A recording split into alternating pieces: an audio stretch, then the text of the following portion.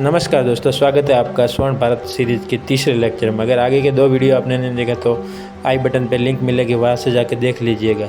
आज के इस वीडियो में हम जानेंगे महाजनपद और मगध साम्राज्य के बारे में। IMP 1 लाइनर सवाल। अगर वीडियो पसंद आए तो अपने दोस्तों के साथ शेयर करें और चैनल को सब्सक्राइब करें। चलिए शुरू करते हैं। महाजनपद की संख्या कितनी थी? दोस्तों, कुल मिलाकर 16 महाजनपद थे। प्राचीन भारत में महाजनपदों का उल्लेख कहाँ मिलता है? दोस्तों, महाजनपदों का उल्लेख अंगुत्तर निकाय में मिलता है। महाजनपदों की स्थापना किस साल में हुई? तो महाजनपदों की स्थापना ईसा पूर्व 6ठी शताब्दी में हुई थी। मगध महाजनपद की राजधानी कौन सी थी? तो मगध महाजनपद की राजधानियाँ 2 थी। पहले राजगुरु थी, जिसके बाद में वो पाटलिपुत्र हो गई। मगध साम्राज्य के पहले शासक कौन थे? मगध साम्राज्य के पहले शासक बिंबिसार थे। बिंबिसार किस वंश से संबंधित थे? बिंबिसार हर्यक वंश से संबंधित थे। अजातशत्रु कौन थे? तो बिंबिसार के पुत्र और मगध के राजा थे, जो बिंबिसार के बाद बने थे। महाजनपद में सबसे शक्तिशाली कौन सा महाजनपद था? तो सबसे शक्तिशाली महाजनपद मगध साम्राज्य मगध महाजनपद था। किस राजा ने पाटलिपुत्र की स्थापना की? तो अजातशत्रु ने महाजनपद की स्थापना की, पाटलिपुत्र की स्थापना की। महाजनपदों में सबसे प्रसिद्ध गणराज्य कौन सा था? तो वज्जीसंघ सबसे प्रसिद्ध गणराज्य था। महाजनपदों में सबसे प्रमुख वाणिज्य केंद्र कौन सा था? महाजनपदों में सबसे प्रमुख वाणिज्य केंद्र तक्षशिला था। किस महाजनपद का सबसे शक्तिशाली राजा बिंबिसार था? तो मगध महाजनपद का सबसे शक्तिशाली राजा बिंबिसार था। बिंबिसार ने किन राज्यों को अपने साम्राज्य में मिलाया? तो बिंबिसार ने अंग और काशी, ये 2 महाजनपदों को अपने साम्राज्य में मिलाया। अजातशत्रु का सबसे बड़ा प्रतिद्वंदी कौन था? तो वज्जीसंघ अजातशत्रु का सबसे बड़ा प्रतिद्वंदी था। महाजनपदों का उल्लेख किस प्रकार के ग्रंथों में मिलता है? तो बौद्ध और जैन ग्रंथों में महाजनपदों का उल्लेख मिलता है। मगध साम्राज्य की उन्नति किस कारण से हुई?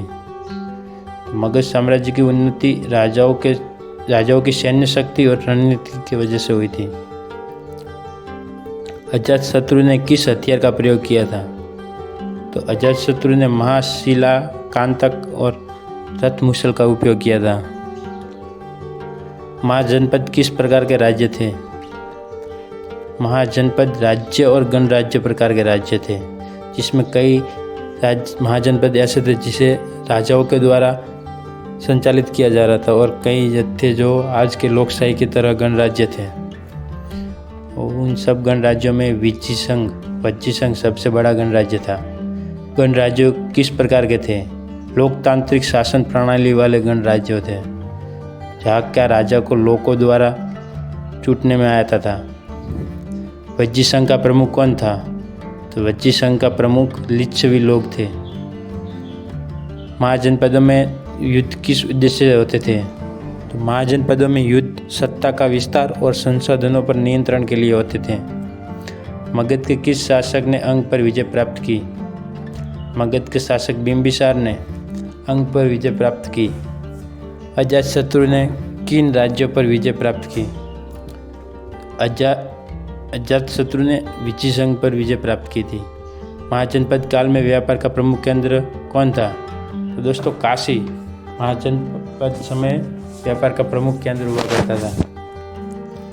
किस महाजनपद का शासन अधिक लोकतांत्रिक था? तो वज्जीसंघ का महाजनपद का शासन अधिक लोकतांत्रिक था। किस महाजनपद का क्षेत्र आधुनिक बिहार में था? तो मगध महाजनपद का क्षेत्र आधुनिक बिहार में था। मगध का अंतिम शासक कौन था? मगध का अंतिम छात्र नंद वंश का राजा धनानंद था, जिसको हराकर चंद्रगुप्त मौर्य ने मौर्य साम्राज्य की स्थापना की थी। नंद वंश का संस्थापक कौन था? नंद वंश की स्थापना महापद्मानंद ने की थी। मगध साम्राज्य की सबसे बड़ी उपलब्धि क्या थी? तो मगध साम्राज्य की सबसे बड़ी उपलब्धि थी कि भारत का सबसे बड़ा साम्राज्य बनाया था उसने। चंद्रगुप्त मौर्य ने किसके सहयोग से नंद वंश का अंत किया? चंद्रगुप्त मौर्य ने चाणक्य की मदद से नंद वंश का अंत किया। महाजनपद काल के दौरान आर्थिक गतिविधियों का मुख्य आधार क्या था? तो आर्थिक गतिविधियों का मुख्य आधार महाजनपद के समय में कृषि था। मगध साम्राज्य किस नदी के किनारे स्थित था? मगध साम्राज्य गंगा नदी के किनारे स्थित था। किस महाजनपद की राजधानी वैशाली थी? तो विज्जी महाजनपद की राजधानी वैशाली थी। महाजनपद काल में किस भाषा का प्रयोग होता था? तो महाजनपद काल में पाली और प्राकृत भाषा का उपयोग होता था। महाजनपदों में किसने पहली बार धातु के सिक्के जारी किए? महाजनपदों में मगध ने पहली बार धातु के सिक्के जारी किए। महाजनपद किस काल का हिस्सा था? तो महाजनपद वो उत्तर वैदिक काल का हिस्सा था। अंग महाजनपद की राजधानी कौन सी थी? तो अंग महाजनपद की राजधानी चंपा थी। कौशल महाजनपद की राजधानी क्या थी? तो कौशल महाजनपद की राजधानी श्रावस्ती थी। कुरु महाजनपद की राजधानी क्या थी? तो कुरु महाजनपद की राजधानी इंद्रप्रस्थ थी। गांधार महाजनपद की राजधानी क्या थी? तो गांधार महाजनपद की राजधानी तक्षशिला थी। मगध साम्राज्य का उत्कर्ष किस काल में हुआ? तो मगध साम्राज्य का उत्कर्ष मौर्य काल में हुआ। महाजनपदों के शासकों को क्या कहा जाता था? महाजनपदों के शासकों को राजा कहा जाता था। किस महाजनपद ने सबसे पहले राजसत्ता का विस्तार किया? तो मगध महाजनपद ने सबसे पहले राजसत्ता का विस्तार किया। वज्जी संघ में कितने गण थे? तो दोस्तों वज्जी संघ में कुल मिलाकर 8 गण थे।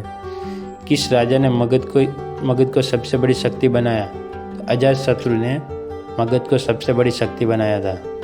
किस शासक के काल में मगध साम्राज्य चरम सीमा पर था? तो अशोक के समय में मगध चरम सीमा पर पहुंचा था। किस महाजनपद का नियंत्रण आधुनिक पाकिस्तान में था? तो गांधार महाजनपद जो कि आधुनिक पाकिस्तान में है। महाजनपदों में शिक्षा का सबसे बड़ा केंद्र कौन था? तो तक्षशिला महाजनपदों में शिक्षा का सबसे बड़ा केंद्र था। अजातशत्रु किस वंश का शासक था? तो अजातशत्रु आर्यक वंश का शासक था। किसने चंद्रगुप्त मौर्य को मगध का राजा बनवाया? तो दोस्तों आप सभी जानते होंगे कि चाणक्य ने चंद्रगुप्त मौर्य को मगध साम्राज्य का राजा बनाने के लिए मदद की थी। दोस्तों अगर ये 50 वन लाइन सवाल आपको पसंद आए तो चैनल को सब्सक्राइब करें और वीडियो को शेयर करें ताकि हम भी आगे ऐसे वीडियो बनाते रहें। मिलते हैं दूसरे वीडियो में। जय हिंद, जय भारत।